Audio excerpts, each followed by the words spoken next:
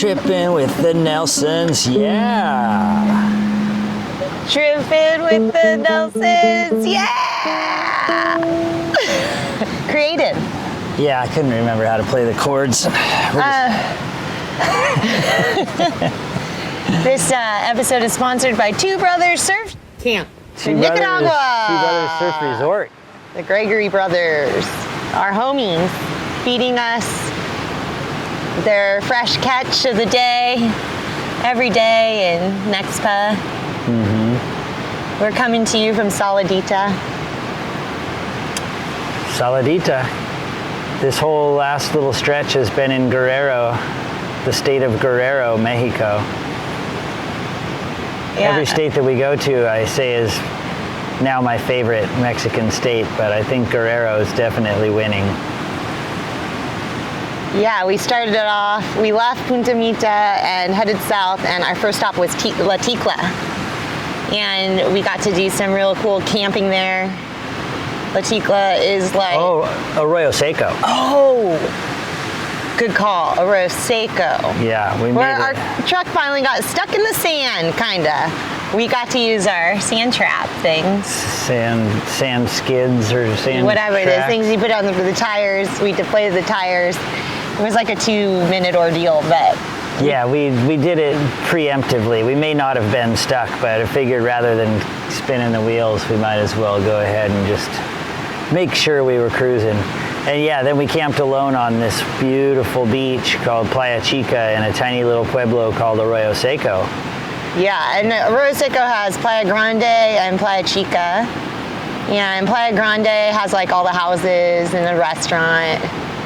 And Playa Chica has nothing. We are just there by ourselves with sunsets and mosquitoes. We are in mosquito landia now. We got ripped up there. But that's not what's important. Tell them about the surf, Jamie. The surf there was very fun. I think Playa Grande is probably a really popular surf spot. There's like a right at the top and a left at the other end, probably like a half-mile beach. And pretty good exposure, beach break the whole way. But then Playa Chica is super fun. Wedge at either end, but it's a really small beach. And I boogie boarded for a couple hours and got a bunch of tubes and then surfed later. And if you were like a spry 20-year-old, then it's a dream. It was like a pretty special little wedgie wave. No shade. We had to put our shade structure up. Thanks, Kate and Gary. Boy, we got one of those sun ninjas where it's just like a piece of material and you pack it with sand and a couple of poles, and that's been saving our lives on these big sandy beaches. Then we hit the road and headed south to La Ticla. Yeah, then we went to La Ticla, which is a cool little surf spot. It's just like a bunch of camping right around this like river mouth cobblestone point. It's like a little miniature trestles with a lot less people. Still crowded. It's Gringolandia for sure.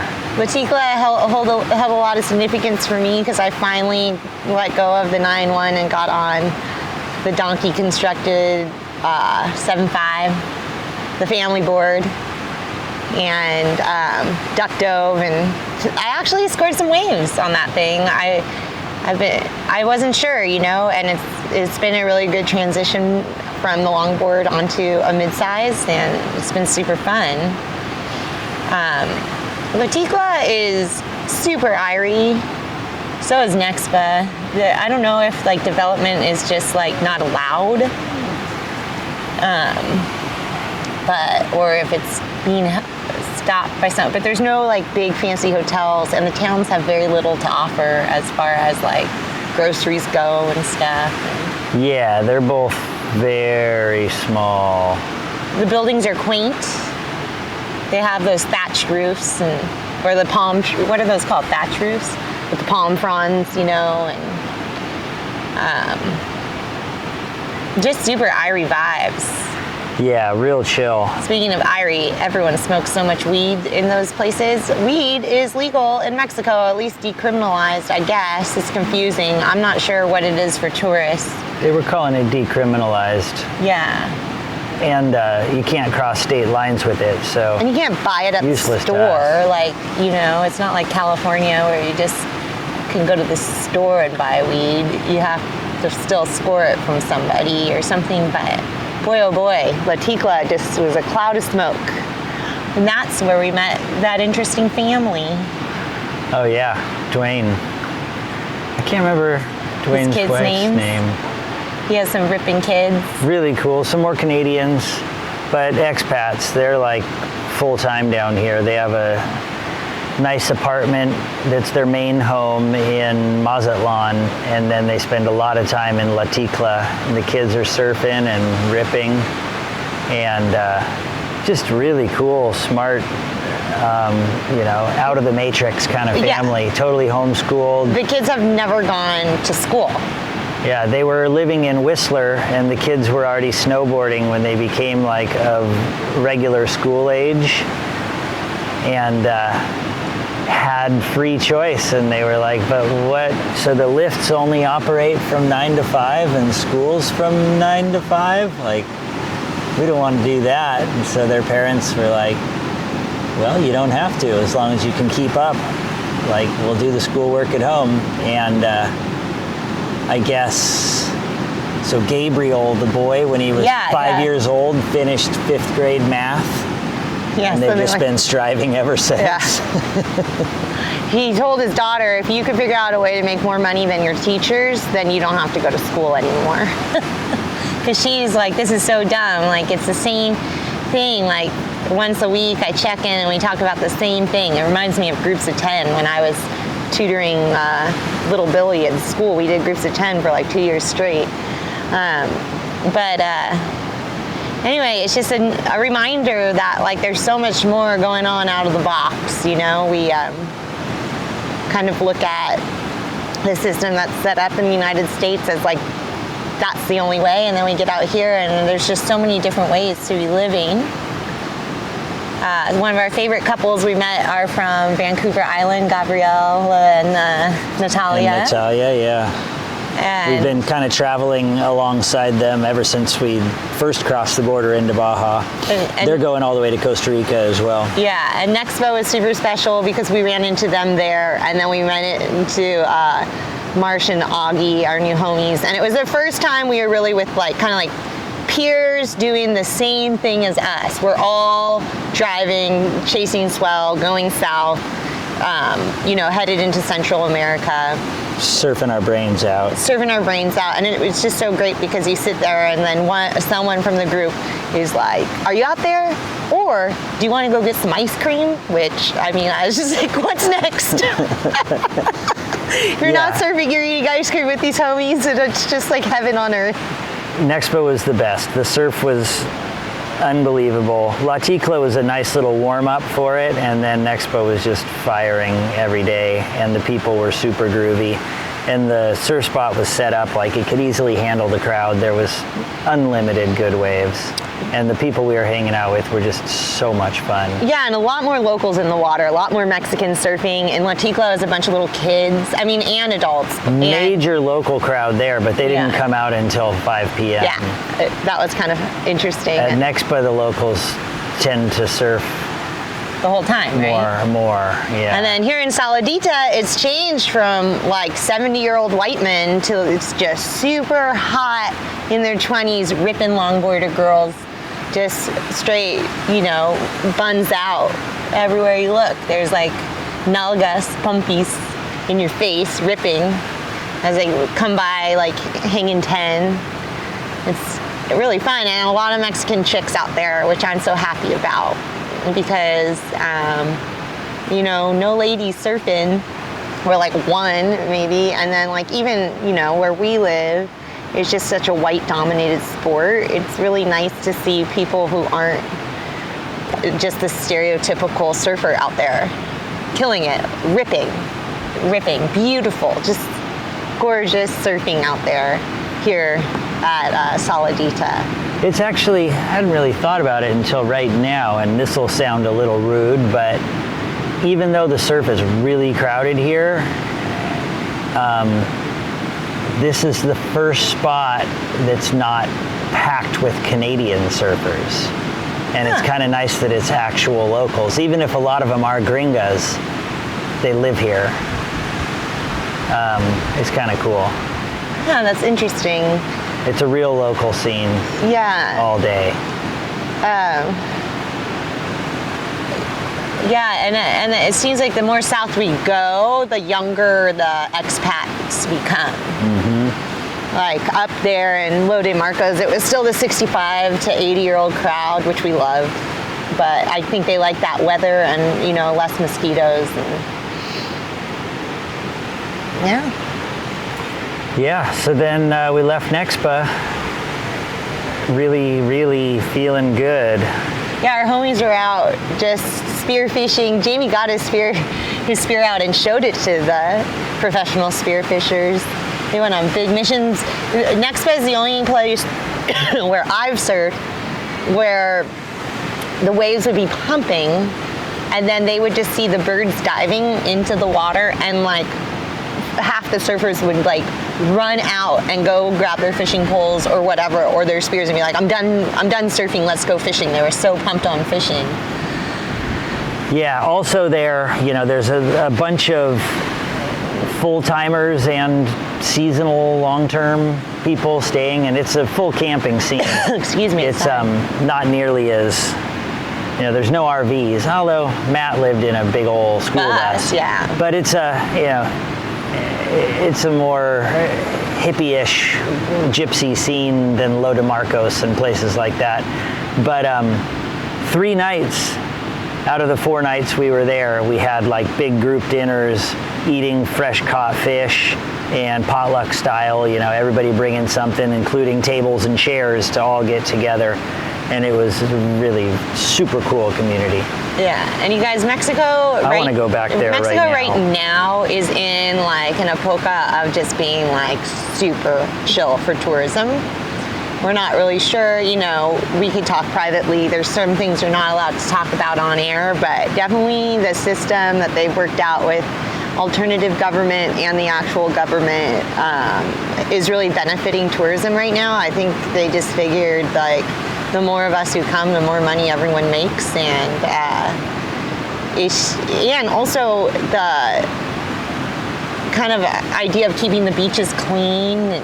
Everything's so much cleaner than it ever was. Like where we're sitting right now, I camped 20 years ago, and I remember sitting here just with trash in just everywhere, and you just kind of had to ignore it, like as part of how things are here, I guess. And now it's like really, like you see a can or, you know, but it's not like just all that plastic, like a million plastic bottles.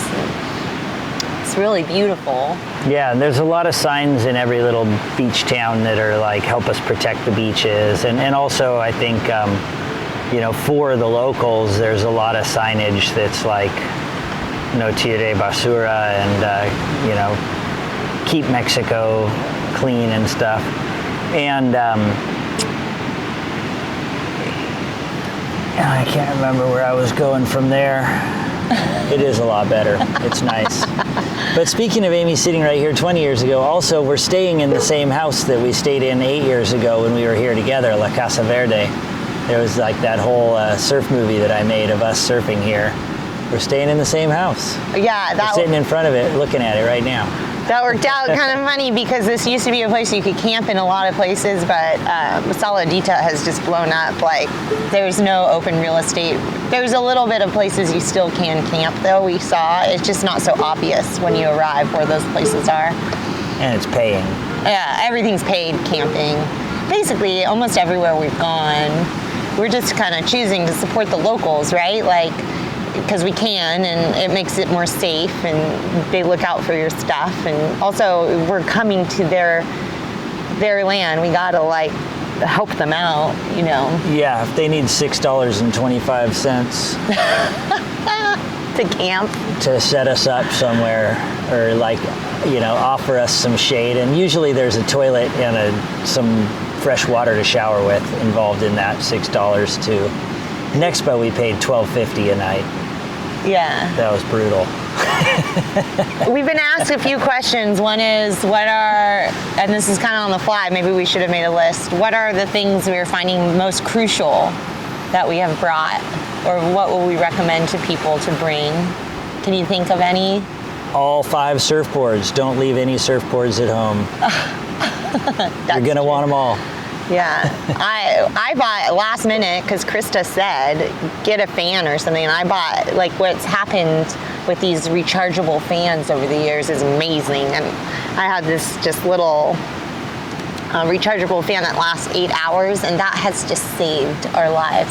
I would highly recommend that. Yeah, for sleeping, it's big time. And then one of those hooded rash guards for surfing or 2, you know, because sometimes you have to get your laundry done. And when you get your laundry done, you don't just go to the laundromat, you drop it off at the laundromat, which is sweet. So you have to have 2 hooded rash guards so that you don't ever expose your head to the sun while you're surfing. Yeah, and what else? I mean, I guess we should answer that question better another time. Oh, I know what you should bring. And I feel so frustrated because I grabbed these things and then I left them. But you really want to bring some sesame seed oil and like all the vinegars and oils and stuff that like you just can't get them down here. They're so valuable. All the weird, I don't know, your spices, until they run out, like everything, spice or... The sesame oil would be nice because if you're traveling like we are and meeting people like we are, you're going to have some poke bowls at some point. Yeah. And that, like, you know, just a nice way of eating some freaking fresh caught tuna. Yeah, we've been hitting Walmart up, actually. We got turned on. That's where you get the organic greens in the bag. And we just never thought in a million years that we'd be excited to see a Walmart. But now we're like, pull over there, and that's where we're getting our healthiest food. That's where you get arugula and kale and stuff. And then also the sprouting jar. Oh, yeah. Pretty sweet. Sprouting on the road is not a bummer. Yeah, the sprouts are famous. Everyone loves the sprouts. Mm-hmm. We've had some up and down with the sprouts, but it's been all up since the broccoli sprouts. Yeah, we had one thing I didn't think of, that if you're in a car with broccoli sprouts, it smells like steamed broccoli. So you don't want to do broccoli sprouts in your car. But anything else is fine. And yeah, you wouldn't want to do sunflower sprouts either. That takes too long. But clover sprouts, alfalfa sprouts, all the standards. Yeah, we cut down our first coconut, finally. Hacked that open. We were not allowed to have a machete. I mean, I bet we could have a machete, but they asked us not to as tourists. Or at least you're not allowed to cross the border with one. Yeah, but if you got pulled over and you had a machete, would that be different? Maybe it would be different. We're not sure. We haven't really looked into it. So we're using like our axe, which probably we're not allowed to have either. A saw, I'm a sure drill. We can have a hatchet. Yeah, it's been kind of fun. We're not. It's really... easier to go give somebody $1.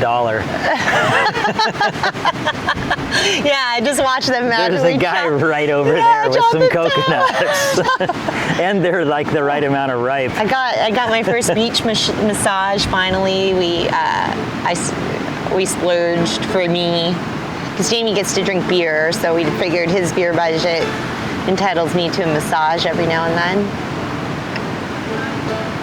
Anyway, I don't know what else to tell these people. Yeah, now we're longboarding. We're staying here for a week, and the waves are just, there's been so much swell. It's super consistent ever since we got to mainland Mexico.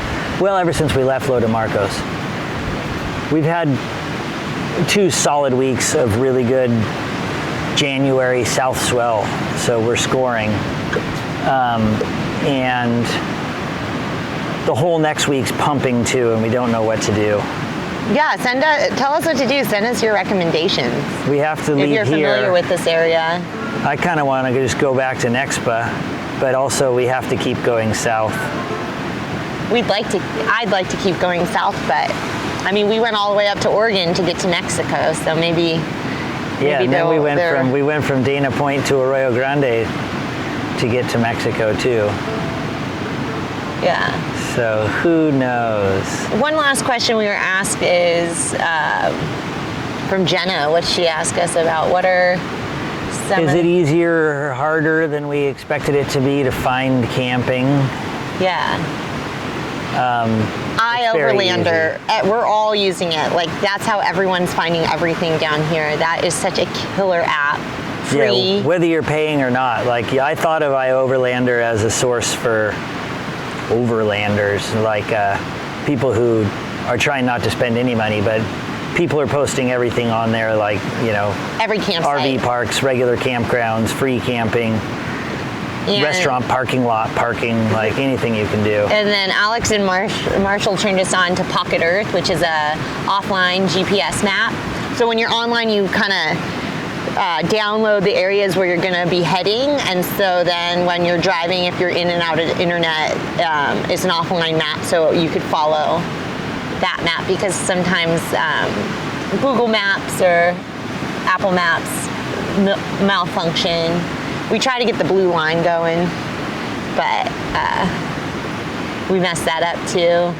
We try to remember to download music because we cannot get much radio, and we messed that up too. We forget what we're supposed to do on the internet when we get it. When we were passing through Puerto Vallarta, there was a great radio station, 99.9, that was playing like Spanish language music that is not like you hear on American Spanish language radio, like all kinds of rock. And there was one band, it was a different station, but there was a band that sounded just like the Strokes in Spanish that was pretty rad. But 99.9 Puerto Vallarta, if you can look that up online, you might hear some surprisingly good stuff. One of our favorites isn't even a Mexican band. It was a Spanish band from Madrid in the 80s called Hombres G, or Los Hombres G. Yeah. Pretty good stuff. Yeah.